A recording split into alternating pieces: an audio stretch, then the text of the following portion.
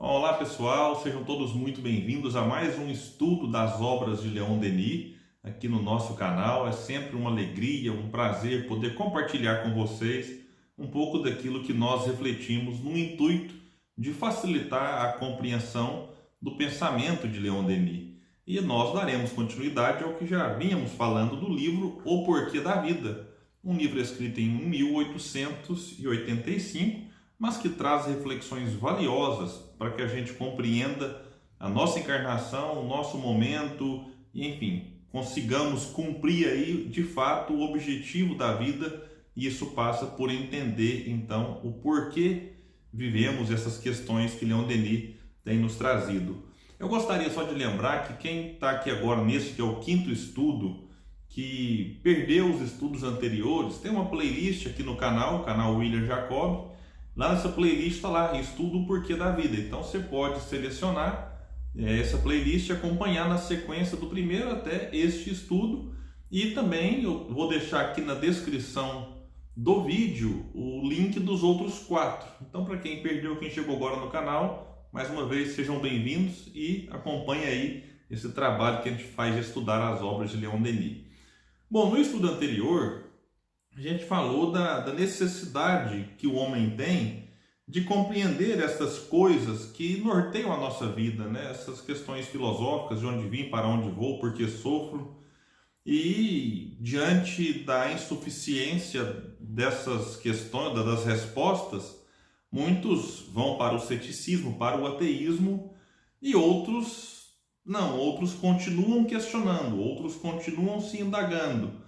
Podem passar até por um período de dúvida, daquele ceticismo de certa forma até benéfico, e foi o que aconteceu de certa forma com o próprio Leon Denis. E aqui eu acho muito bacana, antes de eu ler, eu gostaria de registrar para que vocês percebam que agora a gente vai ver aqui a força do exemplo. Então é alguém que fala aquilo que fez, e não aquilo que ouviu falar que dá certo, aquilo que leu em algum lugar. É a experiência pessoal de Leon Denis. Ele vai dizer assim: assim tenho feito, refleti por longo tempo, meditei sobre os problemas da vida e da morte, sondei com perseverança esses abismos profundos, dirigi à eterna sabedoria um ardente apelo e ela me respondeu, como responde a qualquer espírito animado pelo amor do bem. Quando eu li isso aqui, Leon Denis falando de si mesmo, uma experiência feita por ele, agora então ele nos recomenda porque deu certo, eu me lembrei lá da questão 919A de O Livro dos Espíritos, quando Santo Agostinho, quando vai falar do autoconhecimento, ele traz a sua experiência e não aquilo que ele tinha lido, aquilo que ele tinha aprendido. Na verdade, ele aprendeu na prática e agora nos recomenda. Então, isso tem uma força diferente. E aqui eu queria trazer uma questão importante, porque o problema que angustiava Leon Denis era o problema da vida e da morte. E aí ele faz esse processo de reflexão, de meditação, de sondar as questões que o envolviam ali. E a gente pode, de certa forma, fazer isso para outras questões que nos incomodam. Como, por exemplo, alguém que está com um problema na relação conjugal, alguém que está com um problema com os filhos. É importante que a gente desenvolva essa habilidade de não ficar só como um louco atrás de uma solução sem passar pelo processo da reflexão, da meditação. Então, no problema conjugal, é a gente tentar olhar para as questões que estão incomodando o casal e ver, poxa, será que não é isso? Será que se eu mudar minha atitude, meu comportamento, ou propor um diálogo, se é na relação com os filhos, vale a mesma coisa, com os pais também vale. Então é a gente parar com aquela mania de só ficar em busca de resposta fora, e às vezes a resposta está na nossa intimidade, está dentro de nós. É aquilo que a gente falou no estudo anterior, que é a voz da consciência. Então, quando a gente sonda ali com muito cuidado, com muito zelo, com muita honestidade, é como se uma voz falasse dentro de nós. E tem gente que pode assustar: nossa, será que eu estou virando médium? Da noite para o dia, eu estou escutando uma voz? Não, essa voz é da consciência, não é voz de outro espírito. embora a gente não pode ignorar que pode até vir o Espírito nos auxiliar, ali jogando uma intuição, uma inspiração, mas o foco central aqui que eu estou querendo dizer é de que isso que Leon Denis fez para uma questão, essas questões muito importantes da vida aqui, da morte, a gente pode fazer para aquilo que nos incomoda, na questão profissional também. Poxa, eu estou com um problema no meu trabalho, deixa eu meditar, deixa eu refletir, que talvez a solução está mais perto do que a gente imagina. E se a gente não tiver calma, não tiver equilíbrio, não tiver tranquilidade, a gente perde oportunidades valiosas de fazer uma mudança, de fazer ali um processo de reinvenção, seja na relação conjugal, profissional ou entre pais e filhos, filhos e pais, na sociedade também como um todo. E aí, quando ele fala que a voz de Deus lhe respondeu, não é isso aqui no sentido místico, de que veio uma voz lá, né, no meio das nuvens, como antigamente se dizia, mas não, é a voz da própria consciência, que é a lei de Deus falando dentro de Leon Denis. Então é a voz de Deus que se manifesta dessa forma, de maneira muito poética, muito bonita, como ele coloca aqui.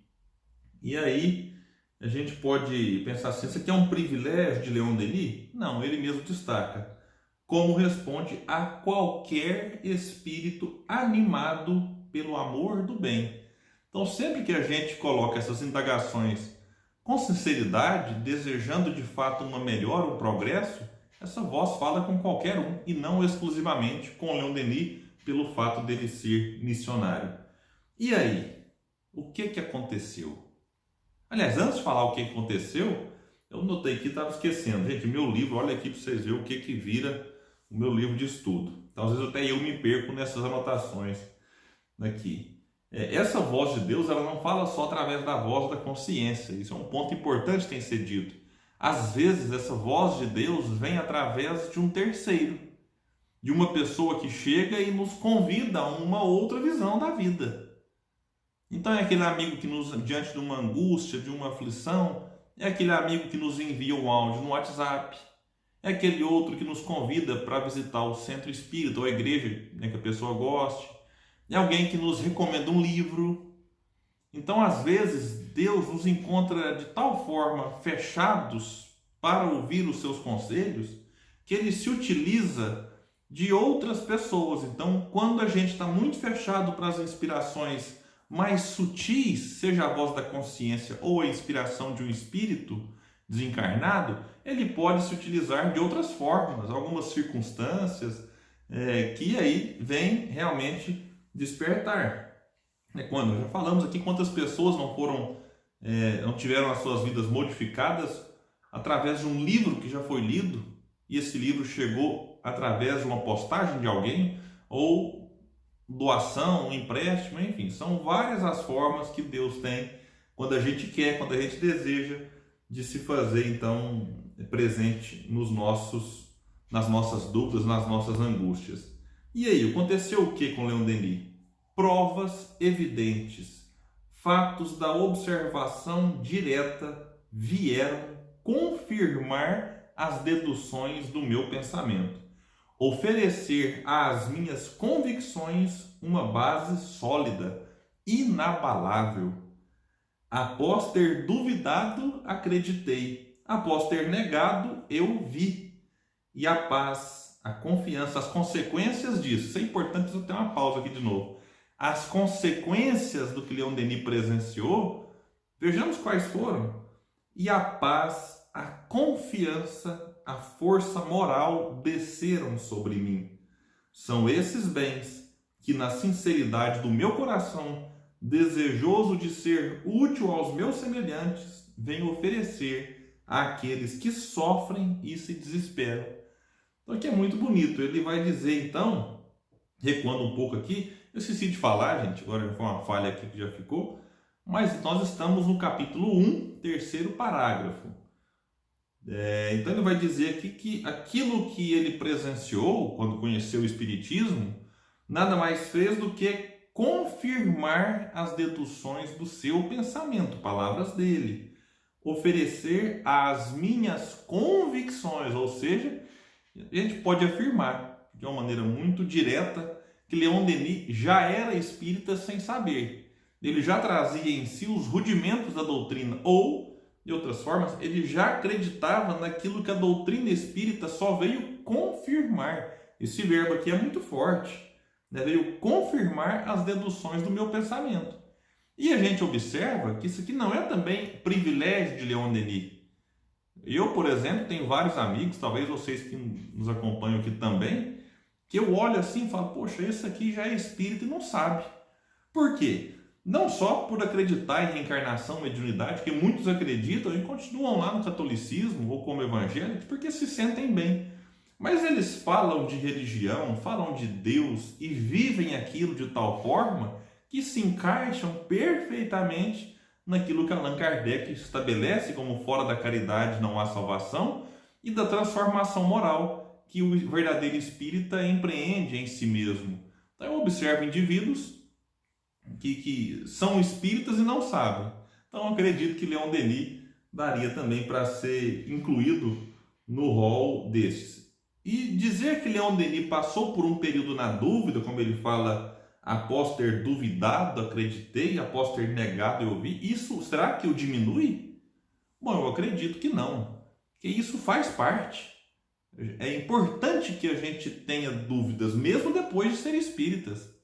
Leon Denis chega a dizer, num dado momento, me recordo isso aqui agora na biografia, lá o Gaston Lúcio destaca, que não fosse a parte filosófica da doutrina, se ele ficasse apegado só ao aspecto científico, ele teria talvez abandonado, porque quando você vai para esse campo do fenômeno, você vê de tudo ainda hoje. Médiuns sérios, médiuns equilibrados, mas também vai se deparar com médiuns desequilibrados, descompromissados com a verdade. E é a parte filosófica ali que, de certa forma, não só atraiu, como fortaleceu Leon Denis. E é ele próprio que vai confessar isso. O próprio codificador, Allan Kardec, ele não foi ao contato das mesas girantes na primeira vez que ele ficou sabendo delas, mas na terceira. Na primeira vez ele não descartou a possibilidade, né? A mesa pode até girar, porque ele conhecia o magnetismo, mas quando ele fica sabendo que as mesas conversavam, que as mesas falavam, aí ele recua, fala, não, aí também já é demais. Só acredito depois que me provarem que a mesa tem cérebro para pensar, nervos para sentir e possa tornar-se sonâmbula. Até então, isso não passa da história da carochinha.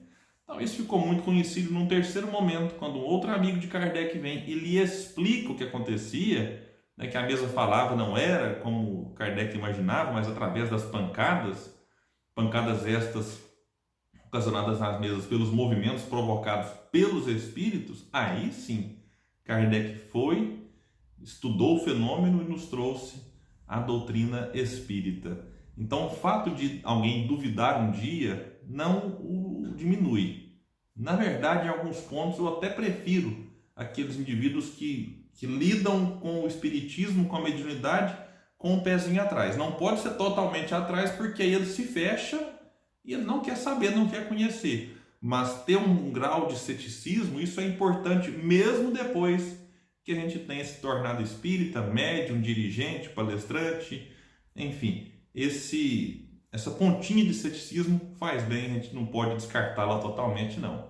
Bom, meus amigos, eu encerro aqui então o estudo de hoje, do capítulo 1, finalizando o terceiro parágrafo, já deixando o convite. Fiquem conosco para os próximos estudos, acompanhem o canal. Tem mais coisas, tem as lives que eu faço, tem alguns trechos que eu recorto ali e coloco as reflexões curtinhas, tudo separado ali nas playlists para facilitar para vocês aí. Pessoal, um abraço, até o próximo estudo das obras de Leon Denis, aqui por enquanto no livro Porquê da Vida, mas quando acabar esse, outros estudos virão.